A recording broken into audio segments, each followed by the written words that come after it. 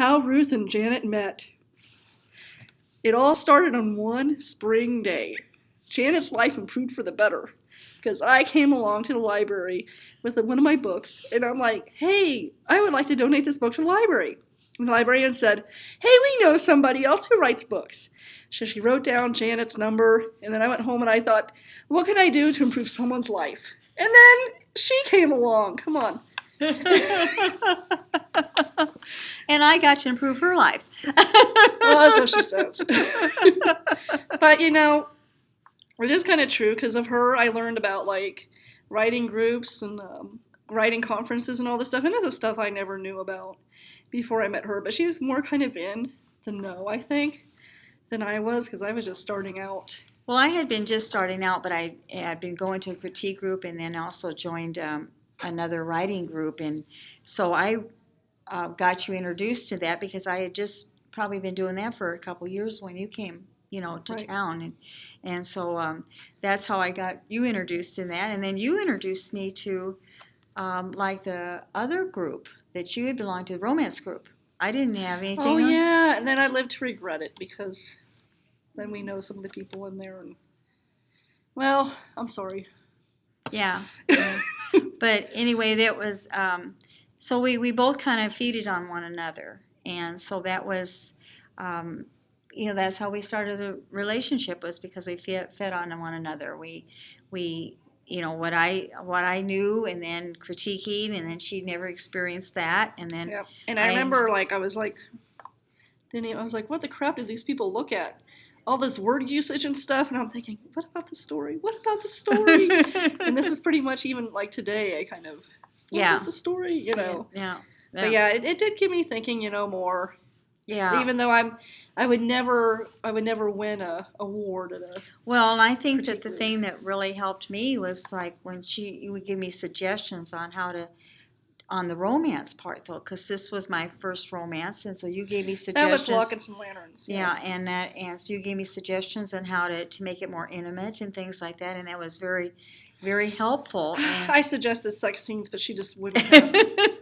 I'm like, come on, spice is nice. She's like, no way. Were you disappointed that day when I told you I was gonna go spice in my books? No, because I remember you looked like. Well, I didn't know.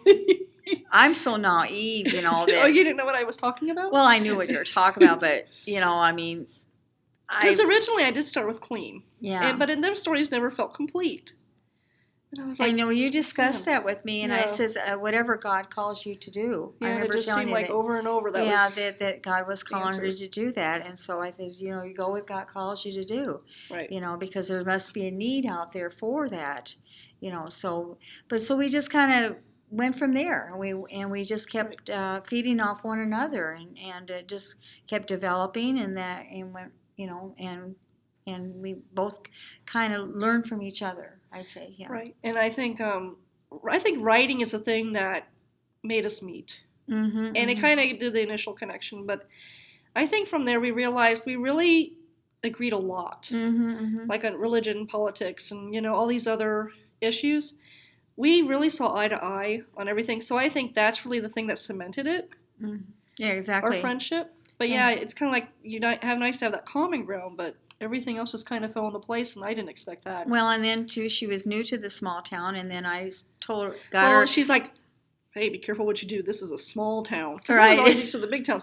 People talk, and they don't forget. And I'm like, okay, I'll stay as far away from everybody as humanly possible.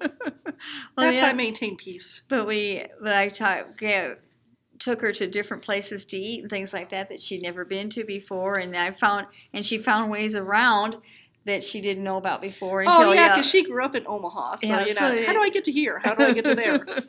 Sometimes she was even my personal chauffeur. Yeah, exactly. I'll take you there. Oh, thank God, because I don't want to drive. Even just recently, she'd never been to Dundee. I says, Dundee? You've never been to Dundee? Everyone's like, what the heck is Dundee? So she actually went down there the Friday. So Dundee is like kind of like I think elitist neighborhood. It's elite, older neighborhood with old houses, like 3 stories, you know. And honestly, I'm just thinking, That would be a lot to clean up. I think I he's. just, I think he man, started no. thinking that. I heard somebody else says, "Well, don't you want a bigger house?" And, yeah, but you have No. to clean it, And so unless I you, have enough to clean after my kids yeah, already. yeah. There's So, just no way. I yeah. mean, there's only so many hiding places. Yeah, and a lot of that area is really nice, but it, also doesn't have a lot of parking around there either. So you're lucky if you have like a house down there that has a two-car garage and that kind of thing too, because it is an older neighborhood, but it is considered an elite neighborhood, But yeah, so I've been teaching her things, and I continually Once teach again, her she goes things. into that description. And the rest of us are like, get to the point. No, I'm just kidding. So we've had a lot of fun. We've gone to conferences and just we've had a lot of fun, And the thing is that you don't have a lot of people that you can connect with and feel and really enjoy being with. Right. Like when you're at a conference, like the one was like 5 days, wasn't it, Ruth? And we didn't Yeah, fight we one survived. day. We And survived. we didn't fight one day, and there's just some personalities that you just couldn't do that to. And, Right. And we got along really well, and we always have, always have from the moment we met. And what's kind of funny is that even though like we're so different in our we're really so different in our personalities and everything. But I remember at a time we're sitting there at the group and these people are talking about going out to this restaurant or something, and I just kind of looked at you and I'm like, we just kind of like, we were thinking the same thing, like, no, I don't think so. It's kind of like we can read each other's minds and we're Right. thinking the same thing. We're Yeah, kinda like, well, sometimes a big group is really hard too. This was a big, huge group. Right. If it had been 4 or 5 people, but this was going to be a lot of people. And I don't know, thought, even with that particular person, I don't think yeah, it would have it just, then you sit at the end of the table, and it just, it's not very. Janet's more willing to work with people. And I'm just like, why am I wasting my time?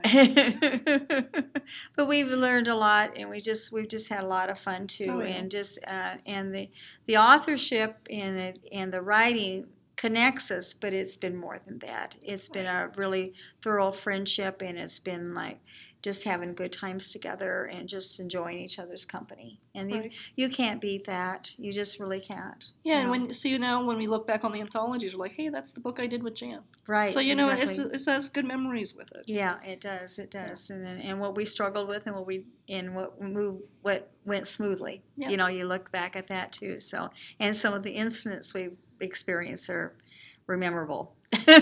We'll have to talk about. We can't memorable. share some of them because we might get in trouble. Right. But because of the situation, And, you guys just will have to use your imagination. Maybe offline. But we promise it does not involve nudity. It doesn't, or anything bad. Right.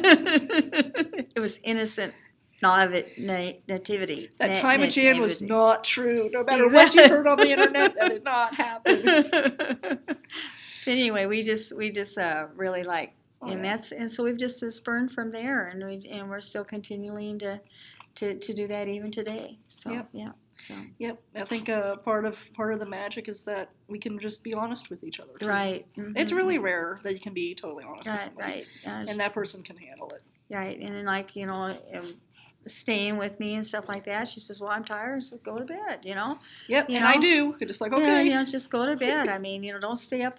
Right. I mean, that's what you have to do. Don't let people be them, themselves. And that's the thing. And we both let each other be themselves. So anyway, but yeah, That's basically it. that's basically it. Yeah. As simple as it is, and Yeah. kind of easy. It's really easy. Yeah. When your personalities agree a lot, it's just easy. I think so. But I'm the funny one. Yeah, right. She is funny. People are laughing at her all the time. Okay. Especially when I give her with the hairspray. She is so mean, and yet I love it.